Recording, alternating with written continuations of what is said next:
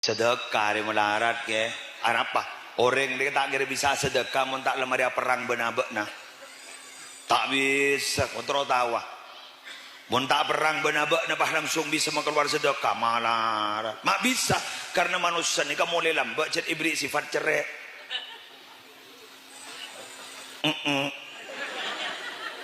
sambian jok boy ke muslim mun gula baik ke boy mak dia tukang pidato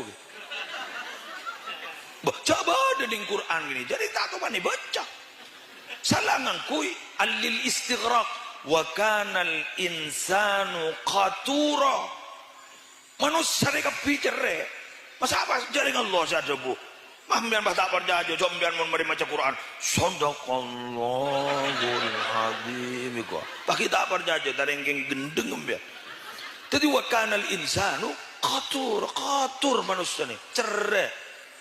Kini kemun istighraq ngangkui al istighraqul hakiki berarti sekapit manusia cerai.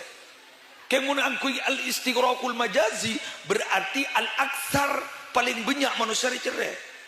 King besar-besar ki. Laka. Manusia cerai.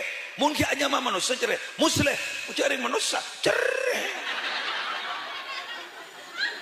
Caklah pada caraan baan yuk. Muslim ni kan makilah cocok ke pimpinan ke pidato muslim.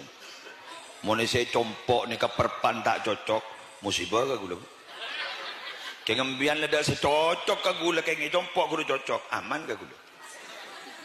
Mbian tak ngidingkap berapa napa Nabi Muhammad maipa Isra Mi'raj sampai dihibur bertemu Allah. Kenapa? Karena ide dem ni ke keluarga besar Nabi setu. Ancur hati Nabi. Orang-orang kafir gak bisa orang-orang Quraisy saya tak kenal dan banget apa tabing dengan Nabi punya sesuatu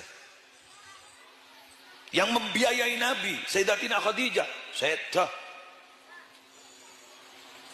manggan Sayyidatina Khadijah kayak itu Nabi Muhammad tak pernah mau baik singgung oleh siapapun saja tak pernah tak terima roh tak ningkente kok anak apa anak karena jawaban beliau lambak ki sobung siap dukung kaulah Khadijah lah dukung kada lambak kita ada siap biayai kaulah Khadijah lah biayai kaulah sampai segitunya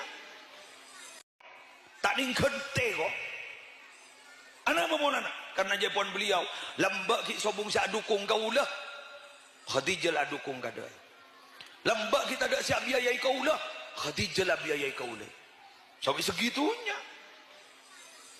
سعدونا في الدنيا فوزونا في الأخرى بخديجة الكبرى وفاطمة الزهراء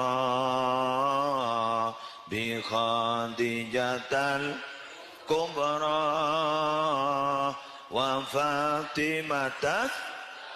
Ini kebaik tawassul.